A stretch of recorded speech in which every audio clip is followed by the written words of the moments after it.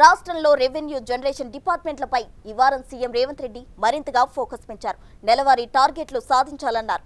నెల రివ్యూలు చేస్తా అని సూచించారు. ఇప్పటికే మంచి ఫలితాలు సాధించిన విభాగాలను ప్రశంసించారు.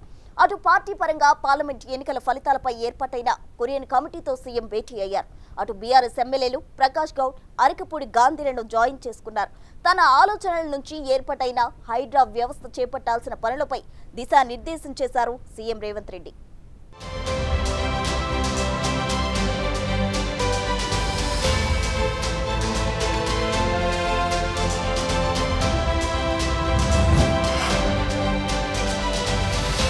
జూలై 11న సీఎం రేవంత్ రెడ్డి సచివాలయంలో మారథాన్ రివ్యూలు నిర్వహించారు. రాష్ట్రానికి ఆదాయం తెచ్చే డిపార్ట్మెంట్లన్నీ నిర్ణీత వార్షిక లక్ష్యాన్ని సాధించేందుకు ప్రయత్నించాలని సీఎం రేవంత్ రెడ్డి అన్నారు. గత ఆర్థిక సంవత్సరంతో పోలిస్తే రాబడి పెరిగేందుకు అవసరమైన చర్యలు చేపట్టాలని అధికారులను ఆదేశించారు. పన్ను ఎగవేత లేకుండా అన్ని విభాగాలు కఠినంగా వ్యవహరించాలన్నారు. జీఎస్టీ చెల్లింపుల విషయంలో ఎవరిని ఉపేక్షించకూడదని చెప్పారు సీఎం రేవంత్ రెడ్డి. అలాగే ట్యాక్స్ ఎగవేతదారులపై చర్యలు తీసుకోవాలని, ఎంత వారున్నా వదిలిపెట్టొద్దని స్పష్టం చేశారు. వార్షిక లక్ష్యానికి తగ్గట్టు ప్రతి డిపార్ట్మెంట్ నెలవారీగా టార్గెట్లను తయారు చేసుకోవాలన్నారు. ఎప్పటికప్పుడు సాధించిన పురోగతిని బేరీజు వేసుకోవాలని సూచించారు. ఎక్సైజ్, వాణిజ్య పన్నులు, మైనింగ్, స్టాంపులు, రిజిస్ట్రేషన్లు, రవాణా శాఖల అధికారులతో సీఎం రేవంత్ రెడ్డి సమీక్ష నిర్వహించారు.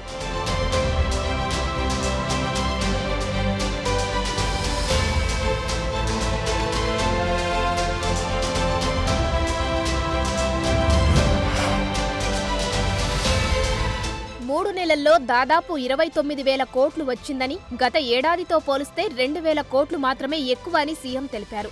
ఇది దాదాపు ఇంకో 30% పెరగాల్సి ఉందని అభిప్రాయపడ్డారు.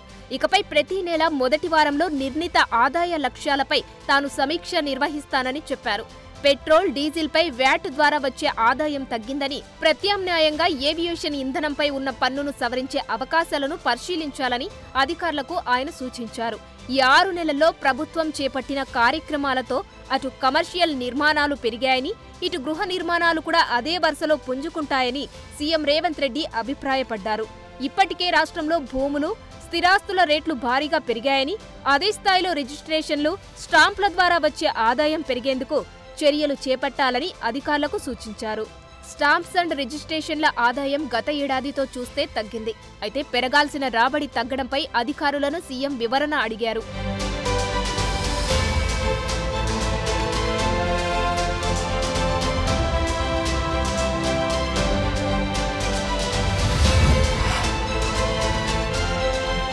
ఇక ఈ నెల 11న పార్లమెంటు ఎన్నికల ఫలితాలపై పోస్టుమార్టం చేస్తున్న కురియన్ కమిటీ హైదరాబాద్లో అభిప్రాయ సేకరణకు వచ్చింది.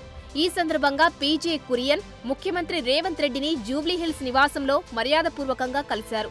ఈ సందర్భంగా సీఎం రేవంత్ కురియన్ను శాలువాతో సత్కరించారు.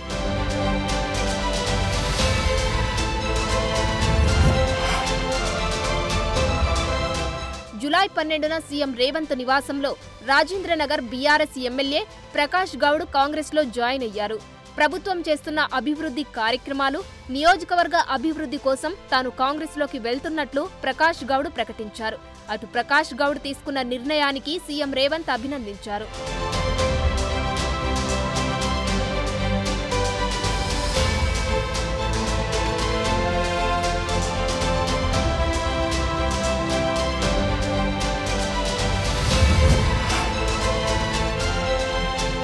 జూలై 12న హైడ్రా వ్యవస్థపై సీఎం రేవంత్ కీలక రివ్యూ చేశారు. హైడ్రా విధి విధానాలపై అధికారులకు సూచనలు చేశారు. ఔటర్ రింగ్ రోడ్డు వరకు 2,000 చదరపు కిలోమీటర్ల పరిధిలో హైడ్రా విధులు నిర్వహించేలా ఉండాలన్నారు. ఇప్పటి వరకు జీహెచ్ఎంసీ పరిధిలో ఉన్న అనాధికారిక హోర్డింగ్స్, ఫ్లెక్సీల తొలగింపు, అపరాధ రుసుము వసూలు బాధ్యత హైడ్రాకు బదలాయించాలని సూచించారు. జోన్ల విభజనలో పోలీస్ స్టేషన్ పరిధులు, అసెంబ్లీ నియోజకవర్గ పరిధులు పూర్తిగా ఒకే జోనులో వచ్చేలా జాగ్రత్త వహించాలన్నారు. నాలాలు, చెరువులు, ప్రభుత్వ స్థలాల ఆక్రమణల విషయంలో నిబంధనలు కఠినతరం చేసేలా అధ్యయనం చేయాలని సూచించారు CM. HMDA, water works, disaster management, municipal విభాగాల మధ్య ఎప్పటికప్పుడు సమన్వయం ఉండేలా చూడాలని, ఒక బలమైన వ్యవస్థగా హైడ్రా ఉండాలన్నారు. అవసరమైతే ప్రత్యేక నిధులు కేటాయించే అంశాన్ని పరిశీలించాలన్నారు సీఎం.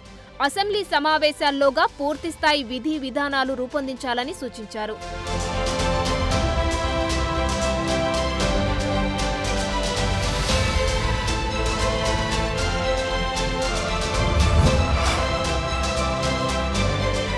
జూలై 13న Serilingampally BRS MLA Arikepudi Gandhi CM Revanth సమక్షంలో కాంగ్రెస్ పార్టీలో జాయిన్ అయ్యారు.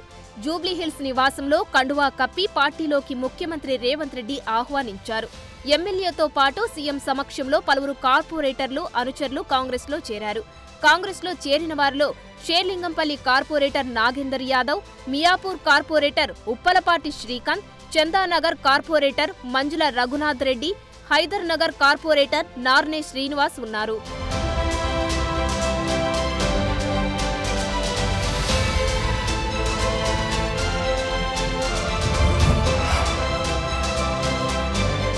జూలై 13న కూకట్పల్లిలోనే జేఎన్టీయూ యూనివర్సిటీ ఆడిటోరియంలో ఇంజనీరింగ్ కాలేజీల యాజమాన్య ప్రతినిధులతో క్వాలిటీ ఆఫ్ ఇంజనీరింగ్ ఎడ్యుకేషన్పై జరిగిన సమావేశంలో సీఎం రేవంత్ పాల్గొన్నారు.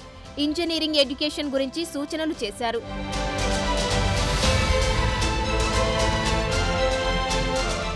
ఈ అకాడమిక్ ఇయర్ నుంచి ఏదైతే మీరు విద్యార్థులను చేర్చుకుంటున్నారో ఆన్ టైం పేమెంట్ చేయించాలనే పట్టుదలతోనే మా ఆర్థిక శాఖకు నేను ఆదేశాలు ఇస్తా.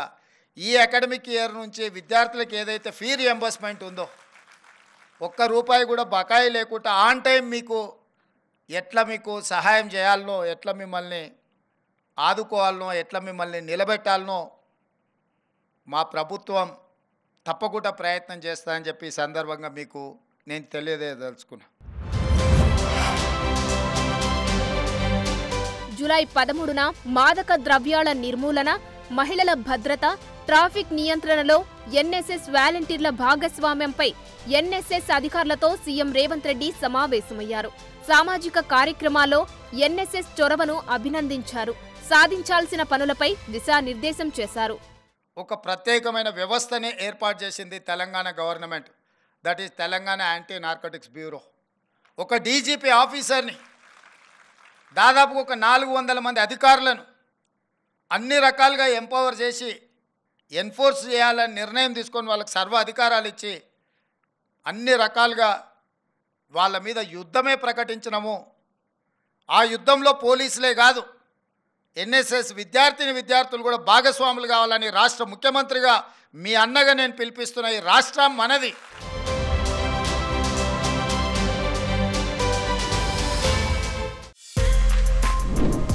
For more videos like this, subscribe Big TV channel.